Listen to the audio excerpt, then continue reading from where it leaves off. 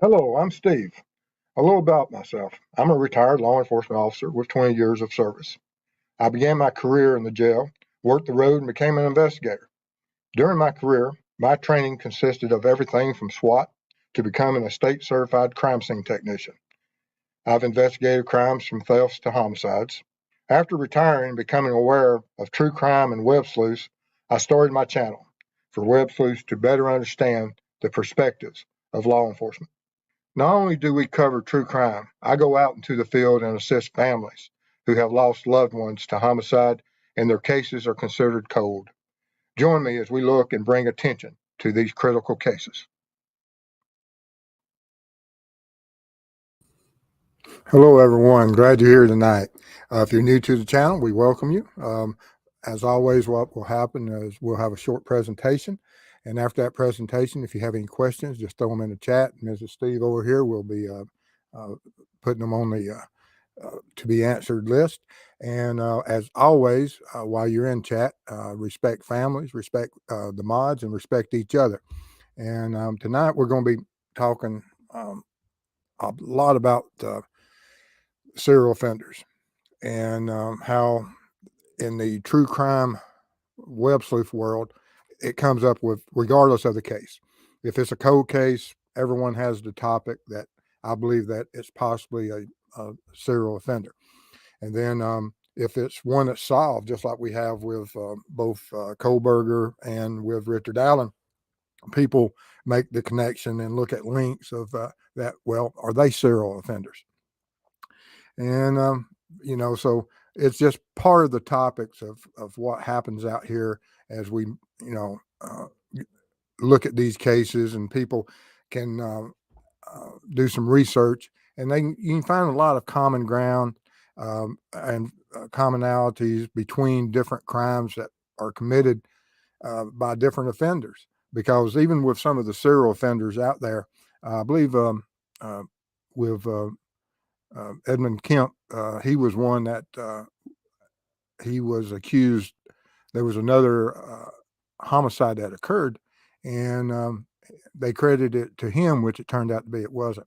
So sometimes with looking at all these crimes, it's easy to jump to conclusions, and law enforcement makes mistakes also. And you'll see with one of the offenders that we look at tonight that law enforcement absolutely took advantage of the situation. And when we get to him, you'll know who I'm talking about. But it's absolutely amazing. It's important that we look at this because not only that currently there's active serial offenders across the United States. I'm almost positive, and every state has probably at least one, two, maybe three or four of these offenders out there. And it's, just part of what is the criminal mind and parts of what happens out here when these people live out their fantasies and they get fixated, and there's no easy solution trying to figure out who the offenders are. And as we look at some of these individuals, you're going to see, that there's nothing that stands out about any one of these offenders that when people look back at and they say, yeah, he was kind of odd. But some of them, they lived perfectly normal lives, or appeared to, until they were caught and identified. But all this information and that we're going to be talking about tonight, the FBI has gone out there, and of course they have a book of. I got to present this. Hold on, let me get it in here. Add to string. Hey, Ruckus, good to see you. Ruckus is going on one of my co-cases with me in a few weeks. I look forward to working with him. But anyway, the Behavioral Analysis Unit and the FBI, they have manuals that they work off of. And so a lot of the stuff that we look at from the law enforcement perspective is from this manual, for the fact that they've gone in there and through the Behavioral Science Unit, they can tell and identify and assist us as a resource in identifying these serial offenders.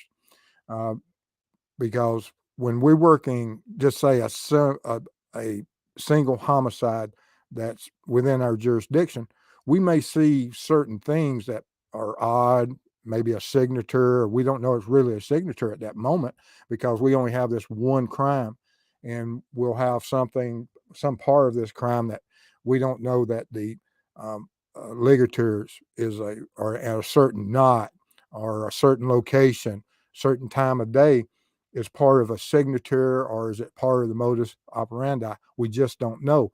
But whenever we use the VICAP system with FBI and we throw it in there and they come back and say, hey, your homicide in Georgia is possibly linked to homicides in Kansas, Texas, California. And so we have to use these resources. Because just having a one-off homicide in one part of the country without that network of information, these serial offenders would be able to just jump from state to state, jurisdiction to jurisdiction. And you see them do that just to cloud the issue and to be able that they can prey upon victims for a longer period of time, extremely mobile. And it's just a hit and miss sometimes with law enforcement. And if law enforcement doesn't properly use their resources, then of course we miss an opportunity to possibly solve some of these cases. But some of the literature that we look at, I don't have to blow this up because I can't see it. But but such as a definition of a serial offender, and all this here is, like I said, it just talks about that of how many victims it has to be over what time period, cooling off period, things of that nature. But basically, if you just went to the bottom line, it tells you everything you need to know about what a serial offender is. 3 or more, and not less than one of them has to be committed within the United States. And like I said, you can go in that and research and look at that manual. You have access to it just as much as law enforcement does, as far as looking at that manual and seeing how they classify and how they conduct certain things and what they talk about. And but they have common characteristics such as to suggest the reasonable possibility that the crimes were committed by the same actor or actors, because sometimes you will have more than one actor that will be committing serial offenses, such as a hillside strangler. And so it's just something that we all have to be made aware of. And then, of course, part of some of this literature, when you look at it, and you'll see that there's symposiums and there's all different types of training that law enforcement is a part of. And the FBI is extremely a valuable resource as far as bringing agencies together. I've trained with them in different aspects of my career, especially after 9/11. They brought all the sniper teams together in the Southeast, and which was absolutely amazing for the fact that we was uncertain what was going to be going on. And through their efforts, we got to meet a lot of great people, built some really great teams that could respond to just about anything that needed to be done at that time period. But not just with the snipers, but it's also with homicides and anything else that you can imagine. If the FBI hosts it, the local agencies absolutely take advantage of those opportunities. But the, um, the the observations were made in this one symposium when they were speaking of the serial offenders, and that would be difficult to determine if it's a serial homicide investigation. He may have multiple motives for committing his crimes, because these serial offenders, they uh, they can kill at will. It has not so much that, and there's a drive to them. It's not just simply that you have a offender out here that might be going in committing a robbery and commits a homicide, but with a serial offender, that sometimes it could be part of that motive is to acquire money. It could be to acquire identities. It can be for anything you can imagine. It can be that whatever's driving their fantasy world, and those are the really dangerous ones that live in that absolute fantasy world. that are serial offenders. And they'll have a certain type of victim that you'll see that when we talk about some of these offenders. Um, but their motives can evolve from a single homicide throughout, and meaning that things can change as they commit these homicides. They learn, and they get better at their craft, and that's really a scary part of these offenders. That early on is when they're going to make their mistakes, and is that what was happening with Kohlberger? Was he early on, and or has he already had some victims? We don't know yet, but we'll be looking at that as it comes up. And that classification of motivations may be limited to observation, and if a motive can be identified, it will be helpful in identifying a serial offender. And it takes a lot of investigative resources to discern the motive instead of identifying the offender. And because certain things can be misread. When you're looking at crime scenes, sometimes you'll see staging, you'll see posing, you'll see MO, modus operandi, and you don't quite understand what's each means, because you may only be looking at a single homicide, but you still have to be able to go in there and look at from every avenue and break it down, because until it all makes sense of why certain things occur, you can easily get sidetracked, and it's extremely hard. We watch TV, and it's very simple on TV. And then when a case is solved, it's very simple once it's solved. But when you're sitting there and you're in this horror show, and that's what it is, there's nothing pretty about death, and there's nothing pretty about a violent homicide. And you're sitting there and you're having to take in, you have to weigh out and select uh, certain information of how you're going to process it, take the emotions out of it, and just embrace what the scene is. Try to figure out what each aspect of that scene tells you, from how they arrived, how the offender may have arrived at the scene, how the offender may have crossed paths with the victim, to what was done at the scene and why was it done at the scene, and then how did the offender leave the scene. And there's so much about these crime scenes that's extremely difficult. But and the most important part of this observation thing is, once again, if you go to the final line, and that's usually the way it is, regardless of the motive, serial offenders commit their crimes because they want to. Just because they want to. There's nothing else about it. They decide that they want to do and behave in a certain manner, and they choose their victim because they want to. There's nothing that's driving them other than um, it's their sheer will of imputing their will upon you, and you don't have a say in the matter. You don't have a say in the relationship. You have no way of being able to negotiate your way out of it. Either you struggle to survive or you'll lose your life. And they just do it because they want to. It's an absolutely terrible animal that you're facing, because they're not really human. They're extremely dangerous. But and this here, like I said, is a little bit more of the supporting information about research that these offenders are psychopathic, and that they have a high degree of psychopathy to some measure of psychopathy. But not all violent offenders are psychopaths, and not all psychopaths are violent offenders. And what is the thing that flips that switch from one to the other? I don't have any idea.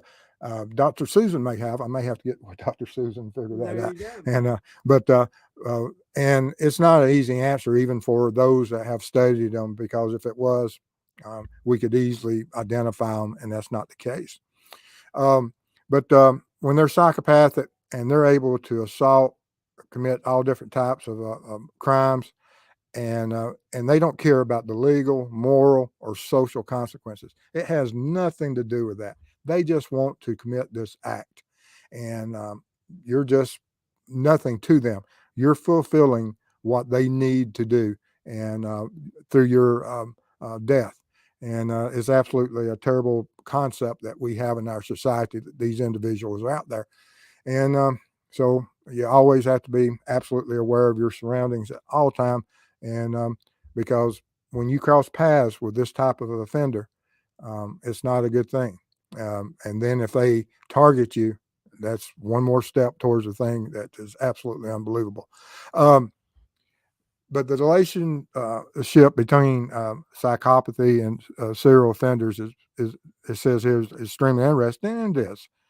And it's that not all of the psychopaths become the serial offenders, but um, they may have some of the and possess some of the traits consistent with psychopathy, but but the ones that are the serial offenders, they have no value for human life, and they're callous, and their interactions, like I said, you're nothing to them. So if you ever in that encounter, the negotiations is off the.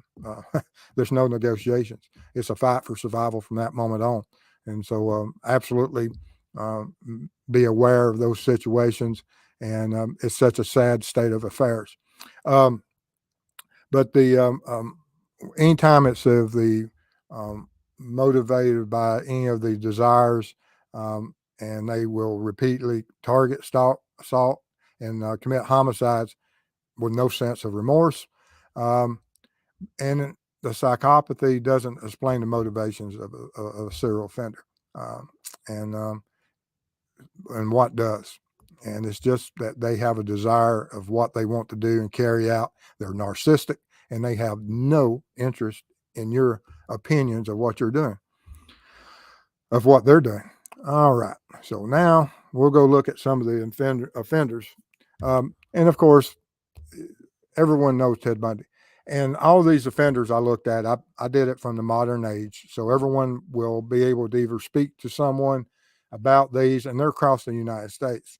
And Ted, of course, was absolutely uh, that during my time in law enforcement, and while he uh, had already completed his series of crimes, but when we were going through and becoming the CSI and doing the psychological profiling aspects of serial offenders, he was new on the block, and so all the instructors who had finished their training in the late 70s, early 80s, and then were passing that along to the next generation of law enforcement, which I was.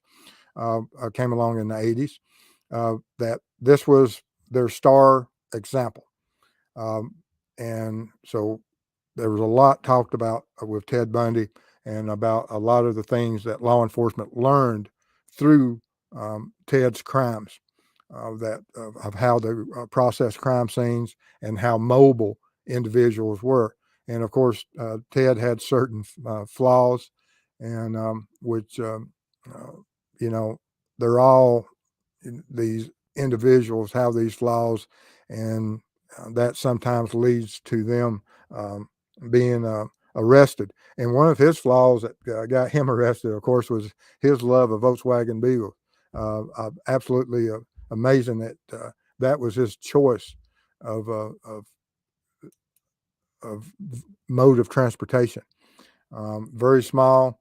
I don't know why he liked them, but I think they led to at least two or three of his arrests was through the Volkswagen Beetle. Um, but he was also known as campus killer, which happened down in Florida, and where he was executed. But he was active between 74 and 78, all the way across the United States. They credited him with 30 to 36 victims, is where he laid at. But now his estimate was over 100. How many? Um, I think that this individual, he probably was in the triple digits and probably more than 100. And but he was absolutely an animal, and had, you know, but he has offered so much to law enforcement through his criminal spree. for the fact that we learned so much from him about how these offenders operate and how they will return. Certain types of offenders like him would return to crime scenes, and but they have they're there for a different reason, and it's a different type of motive with his drive of, and that was part of the reason um, that he could look at certain aspects, certain types of criminals, and tell you what those behavioral traits would be.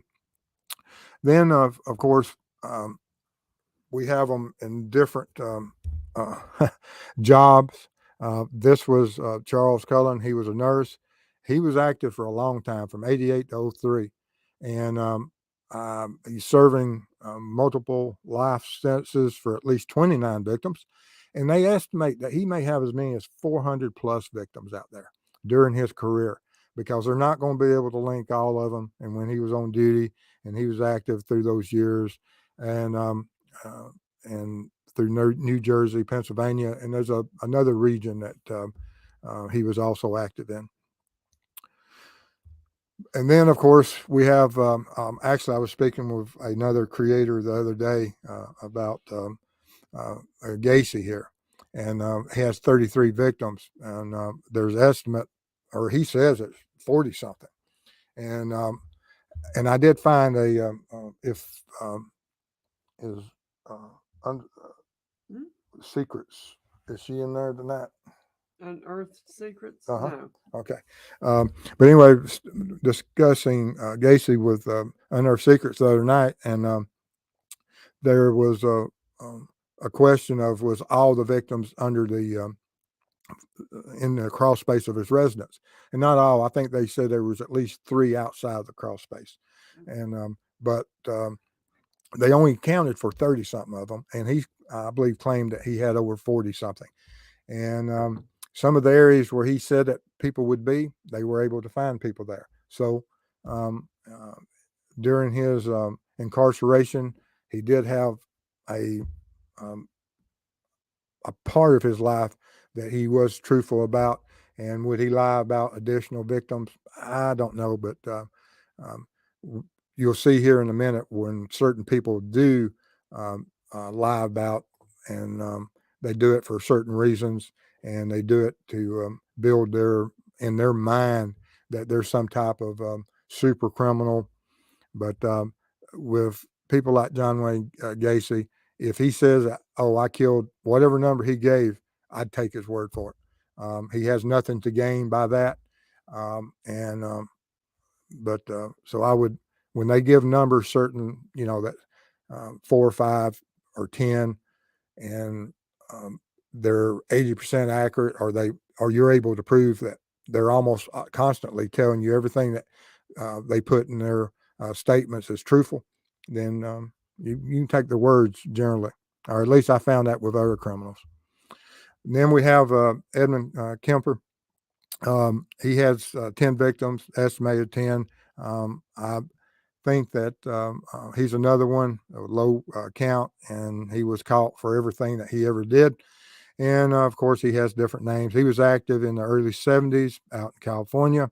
Huge man, 6'9", um, and he was another one that we did a lot of studying on through the CSI programs and the homicides and serial offenders, and doing the psychological profiling. We spent a lot of time on this individual because of him and his mother. They had a very odd relationship. And then we have Randy Kraft, which was out of California again. They give him 16 victims, and they estimate 67 to 100. And he was active for a long time. You're looking at 11 years. And so you can easily see, whereas he would be able to commit up in those triple digits. And but just the ones that he served time on. And then, of course, like I said, there's a lot of other possible victims out there. And this is our star of the this man here. And law enforcement took advantage of his uh, willingness to confess. and a lot of cases were cleared.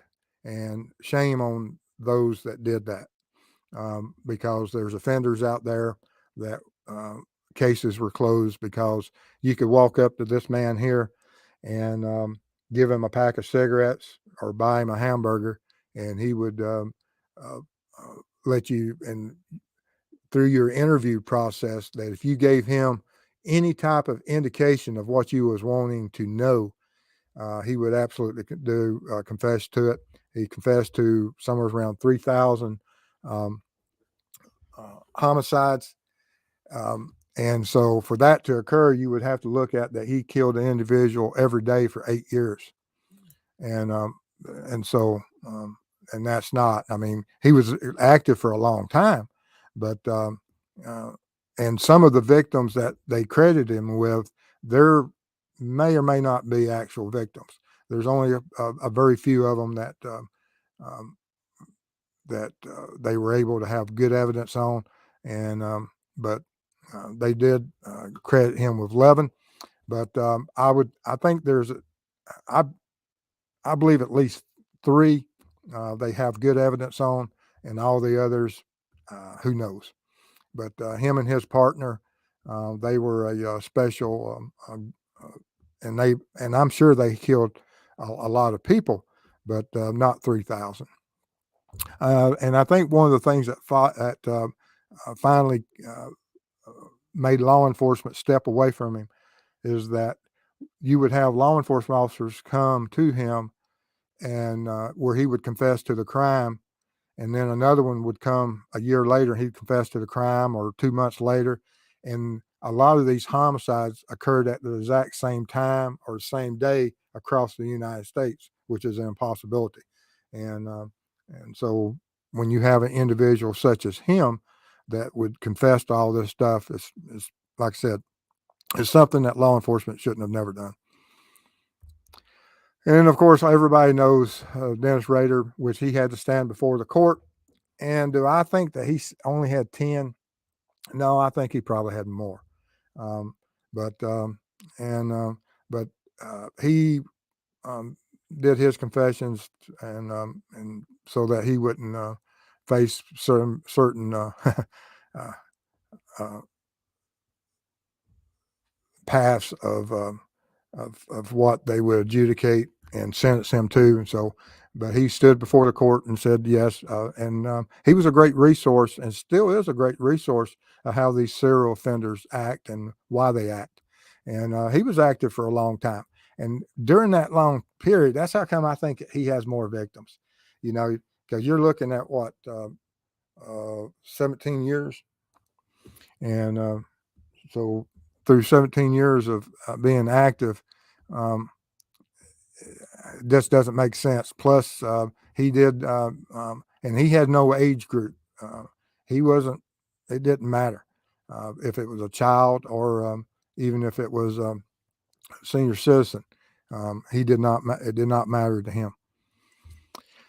Then Gary Ridgway. Now I have someone I've got to talk to that's one of our members that actually believes that had some interactions with him at a store on a couple of occasions.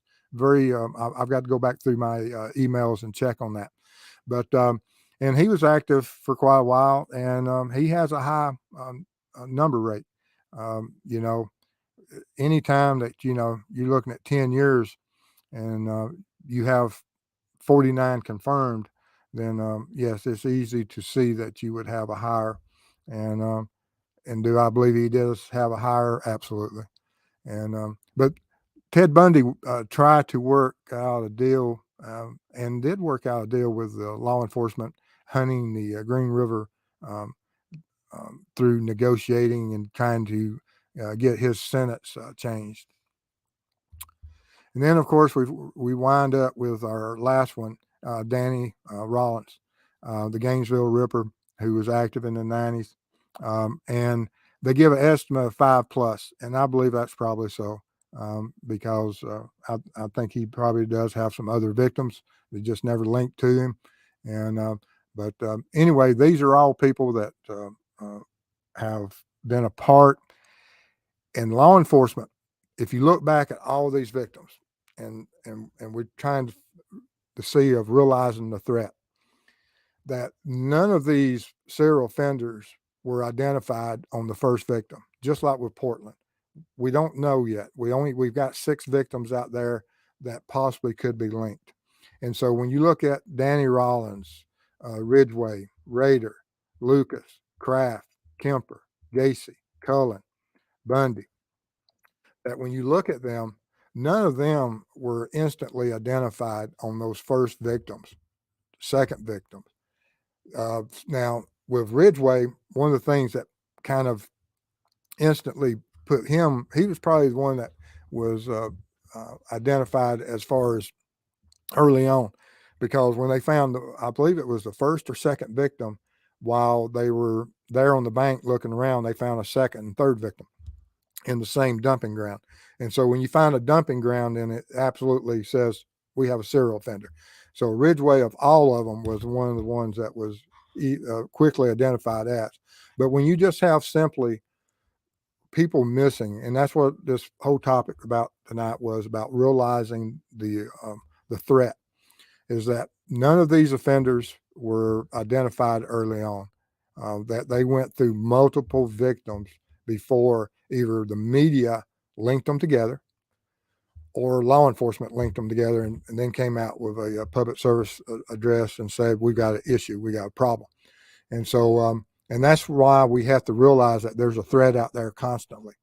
And and I appreciate all the YouTube channels out there that look at these cases, for the fact that the more eyes that are on it, maybe someone can link something and bring that realization to the country, put those pressures on, so that law enforcement has to look at them extremely close.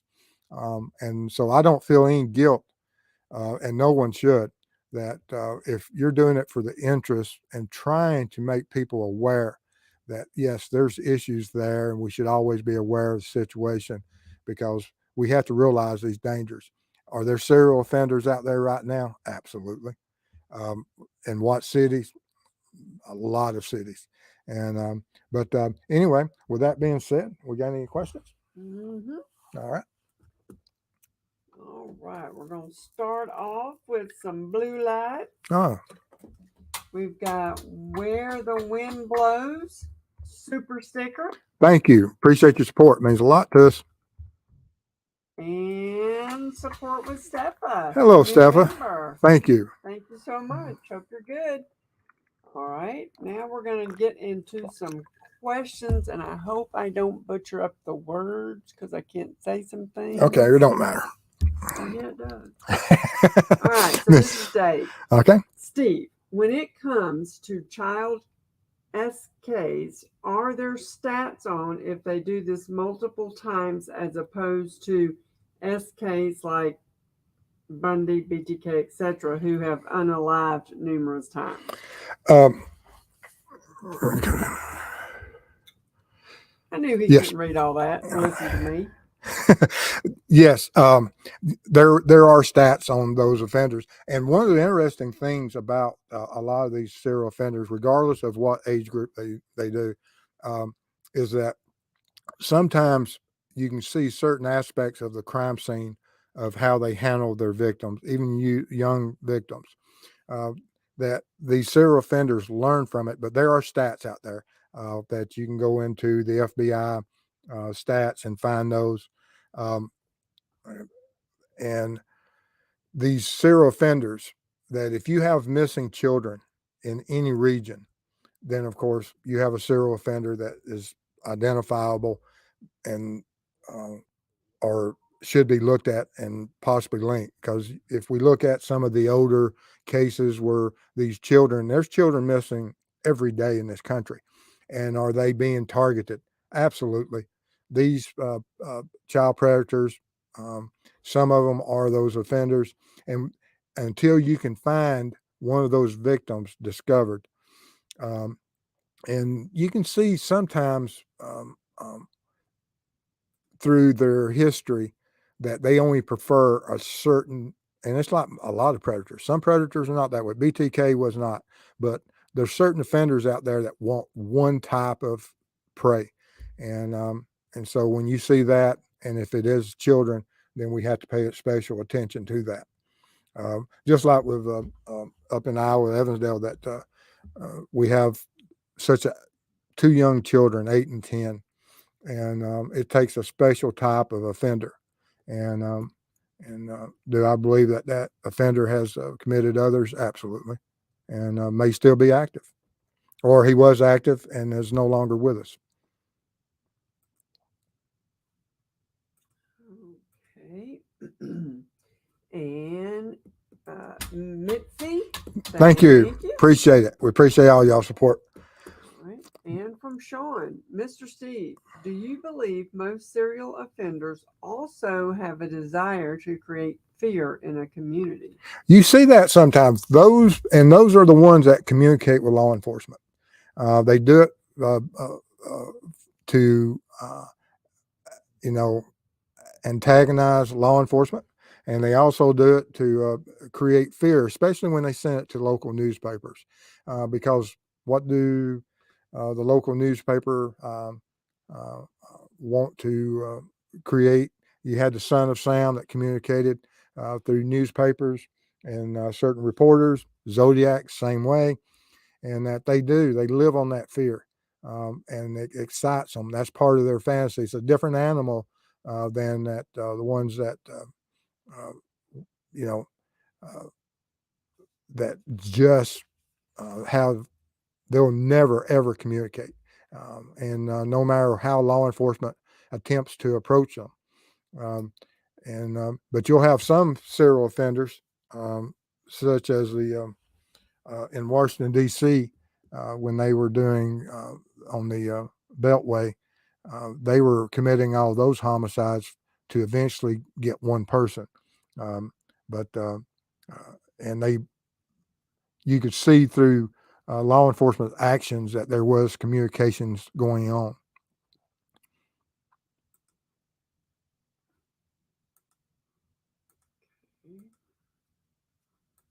And JDR, Steve, DNA just recently identified one of John Wayne Gacy's victims. It had remained unidentified for all these years. Yes, and not only that, but I also saw an article last year of one where one of his potential victims turned out to be alive, which was great. But at the time, they were a missing person, and I've got to go find that article again. But yes, and DNA is going to do that, not only identifying victims, but also identifying um, the offenders. And that's one thing I can't. I hope the DNA. I still get mixed signals on the Zodiac, but hopefully that DNA profile will come back. Absolutely. Yep, you waiting on me? Mm-hmm. My bad. Mrs. Steve. Let's see here. I'm looking for something. Hold on. Oh, no, I'm not. Wait a minute. Thank you, Mitzi, for gifting a membership. Thank you. Appreciate that. We're going. I have to. We'll be using it via text. Yeah. Yeah. In July, I'll be going for probably a week, at least a week. Hey, you want me to do your shows? Yes. Ruckus says that you're the star. Well, it would be a short show. All right, JDR. Steve, what about Harold Shipman? He is all edged to have Yes. unalived 218. Yes. I just did some of the, not all, but yes, there's a lot of them out there. Actually, someone in chat sent me one the other day that is in the Portland area. Um, Absolutely is a great person to look at. And I'll probably do a show on them because their confession was thrown out on a couple of homicides, and they're now free, although they're monitored. And hopefully that monitoring is 24/7 even now. Okay, let's see here. Yeah, there's a lot of them out there, but in a 1 hour show or hour and a half, it's hard to list them all. Okay, some folks are having issues in chat. So I hope it's YouTube and not Uh-oh. us. I mean, I'm fine, but I don't know. Weird. All right, let's keep going. And from Molly, is the guy who unalived the University of Florida students, Danny Rolling? Rolling. Yeah. That was so awful. Yes, he is the one at the university. Ah, okay. Oh, that's awful. All right. And from Lane, all the offenders on this list are roughly from 50 to 90, but not many after 1990. Are there less offenders now or better at hiding? Oh, that's a good question. Um, yeah, on this list, I'm trying to think now. We do have some others that have come along that have been arrested, and even after that, I looked at most of these are the ones that during my career, and I'll do something, and I'll go look at the ones that are more current and that came along after my career. But it's probably a little bit of both.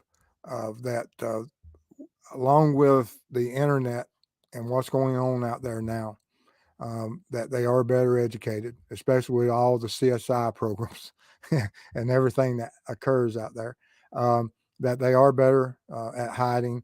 And plus, law enforcement is overwhelmed.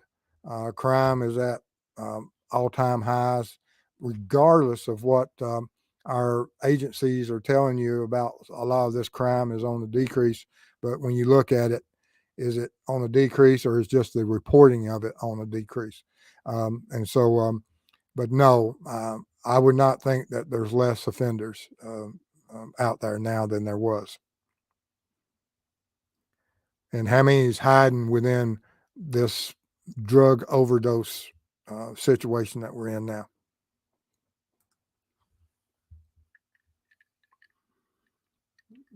Okay, let's see here.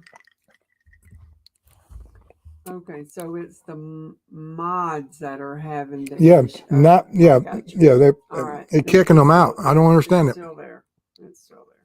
Well, they're having to approve messages or something. So I've got a note out here that we're gonna work on that. Yeah, we'll have to. Is Rochelle? No, this is not Rochelle. This is Molly. Okay. Um. Okay, I think we're good.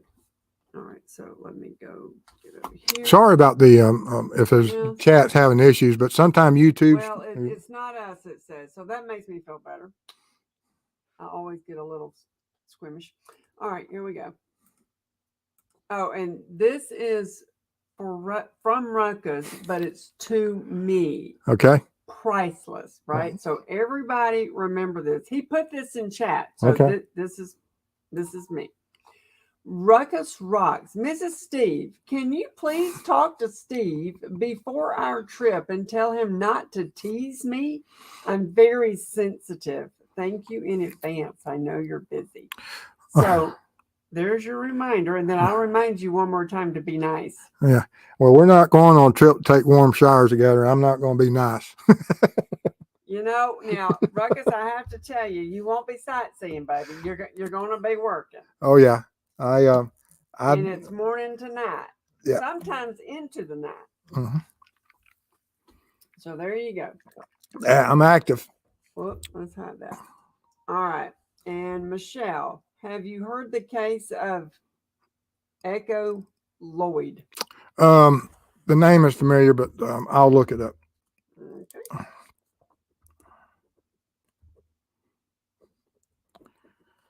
There's so many out there.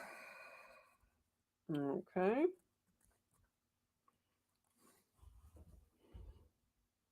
Oh, okay. I see what they're doing. Okay. All right. And then Katrina at True Crime Web. Do you believe serial offenders are born that way, or are they developed through the environment?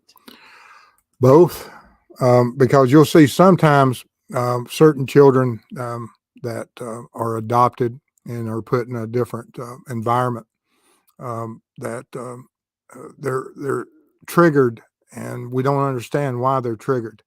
And that's for people above my pay grade to be able to figure out why that is. And uh, but you do have these serial offenders that come from every path and every uh, uh, avenue, and uh, uh, from different levels of through society and economics. It's absolutely amazing of why certain people do and commit certain crimes. There's no rhyme or reason to it. Okay. Blue light, new member. I gotta know. Thank you. Appreciate it. I love that name. I do too. I gotta know. Blue light's left on. Oh man. Yeah. You know I like that.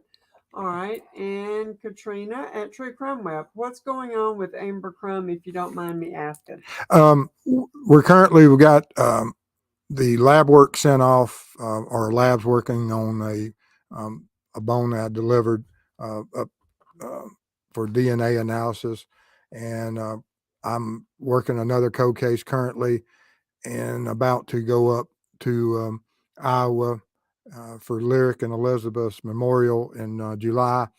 And so it'd be late July before we get back on Amber and another trip to Texas.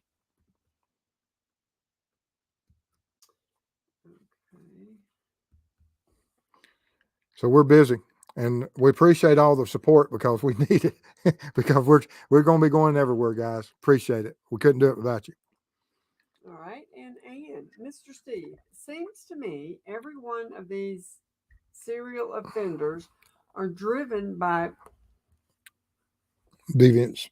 okay, that they become addicted to satisfying even at higher and higher risk thoughts. Some of them do, and that's what gets some of them caught. The unorganized ones, absolutely. Some of the organized ones, they're able to control some of those. But now Ted Bundy, he was absolutely fearless about going out there. I mean, you went onto a public beach where everyone is photographing, and absolutely was able to Jason Bourne it on the beach and not be seen by multiple cameras. I think his vehicle was caught in only one or two photographs, but him during his activities that day, he was not. And so certain individuals will use and take whatever risk is necessary. And are those part of those risks part of their fantasy of what feeds them? Because you know, if you look back in some of the people you know in your life, some of them are thrill seekers. They go out there and they live on that adrenaline. And is that the same for some of these serial offenders, that they live on that adrenaline, that they take these high risks, and it does become more and more escalating? That's true in some cases, absolutely. Some cases, probably not, but in some cases, absolutely. Me again. All right, and Mind of Monsters at True Crime Web. We were thinking about taking a day trip to Port St. Lucie. Mm-hmm. Oh, Gerard John, is that Schaefer? Mm-hmm. The Deviltry. He is supposed to be Florida first serial offender. Have you heard of him? I came in late. Is he the one that was police officer at one point? I know there was one down there. I don't know if this is the same one, but there was one down there that was I don't know if this is linked to him, but he was a police officer at one point. And if not, there is that one down there also. Hello, Mind of Monsters, and we still got to get in touch with you about Florida. All right. And Sean, Mr. Steve, the fact that BTK called his case, whatever, I don't know what word to use there, projects, since making that statement, does that come into play in the investigation? And in what way? Yeah, and that's one of the reasons I think that, he was so organized and under the radar in so many ways that I do believe that there's other victims out there. And is that part of his fantasy? And he did, like I said, he was a very matter of fact and had multiple people that he was looking at any one moment. And does law enforcement have those notes and those books and what he was keeping on? I hope they do, and they may have used them. I don't know, but you know, just having 10 victims for a man that was active for that long a period, I don't think that they've got them all. I really don't. It'd play into my investigation. Yes, it would. You're done. Oh, okay. All right. Well, guys, we appreciate everybody being here tonight. And like I said, I just wanted people to realize that all these that we talked about tonight, it was just basically um, for the point that all of these serial offenders here, they started off with one victim and they escalated and continued their crime spree. And sometimes it was months and sometimes even years before they were ever realized that there was a serial offender out there. And that's how come we have to realize this threat. And we have to pay attention when we see something like going on in Portland to see is that actually a threat? And because they're across the United States, like I said, there's a lot of cities out there that has them. And we just had one. What was that in California where the guy was going around after dark shooting people? And Oh yeah. yeah, yeah, and but you have these people that come out, and sometimes they're caught before um, they get multiple victims, and sometimes not. But anyway, we appreciate everyone being here tonight, and y'all stay safe out there. If you like the video, give it a thumbs up, subscribe, share it, and I look forward to seeing y'all soon. All right, pick your screen. All right, thanks, guys. Sorry, Moms, for all the trouble on YouTube. Love y'all. Have a good one. Good old Ted. Good old Ted.